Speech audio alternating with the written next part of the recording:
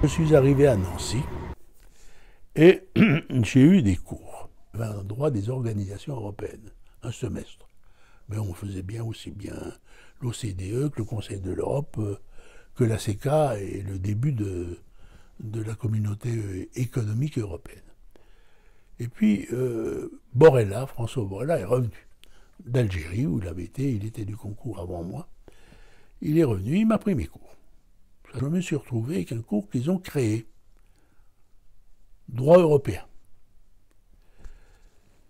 C'est comme ça que je suis revenu au droit européen. Mais pour le reste, d'ailleurs, l'essentiel de mon service, c'était grand service public. Et le cours de droit administratif troisième année, domaine public, travaux publics, fonction publique, où j'ai eu comme étudiant Vlad Constantinescu, un peu après Denis Simon, Anne Rigaud. Je suis d'une génération qui est antérieure à la création véritable des communautés européennes. En tout cas, à la prise de conscience dans le cursus universitaire qu'on ne pouvait pas laisser ce domaine absent de la formation des étudiants. Ce n'est venu qu'après. Et progressivement, j'ai abandonné ce que je faisais dans des domaines autres que ceux du droit communautaire, d'une part, et d'autre part, il y a eu une deuxième évolution.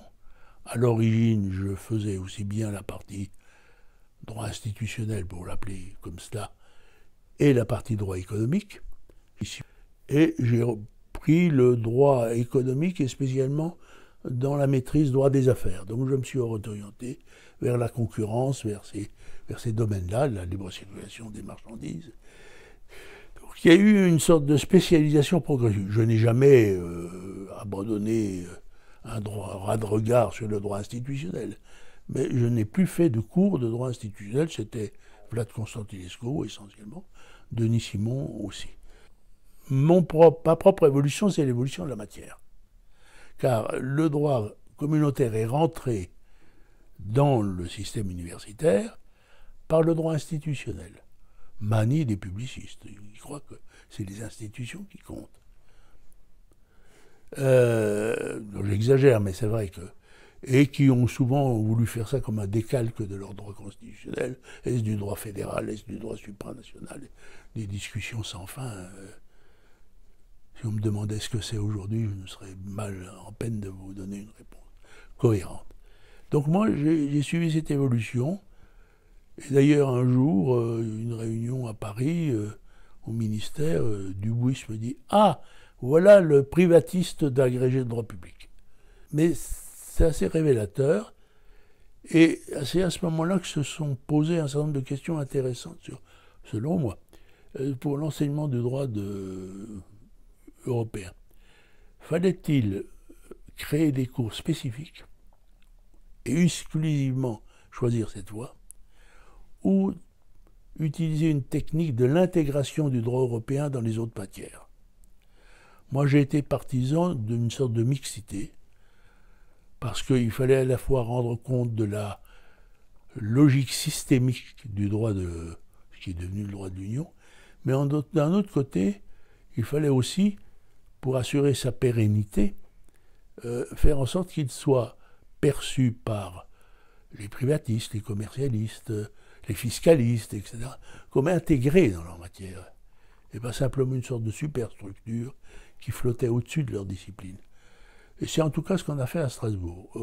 Donc, j'ai le privilège de n'avoir pas été de la première génération des grands maîtres, Reuter, Teitgen et autres, mais en même temps, je suis arrivé à un moment donné où l'essentiel n'était pas joué pour le droit de l'Union, ni sa conception comme un droit, sa cohérence, sa systématisation, peut-être parfois un peu exagéré au regard de ce qu'il est devenu, et d'autre part sa place dans le système universitaire.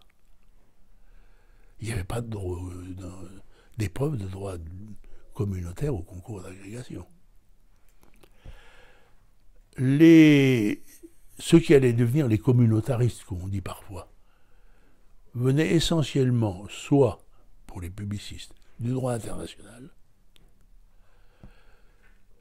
soit parfois du droit constitutionnel. Mais souvent par réaction. Dire c'est pas du droit international, c'est autrement plus élaboré.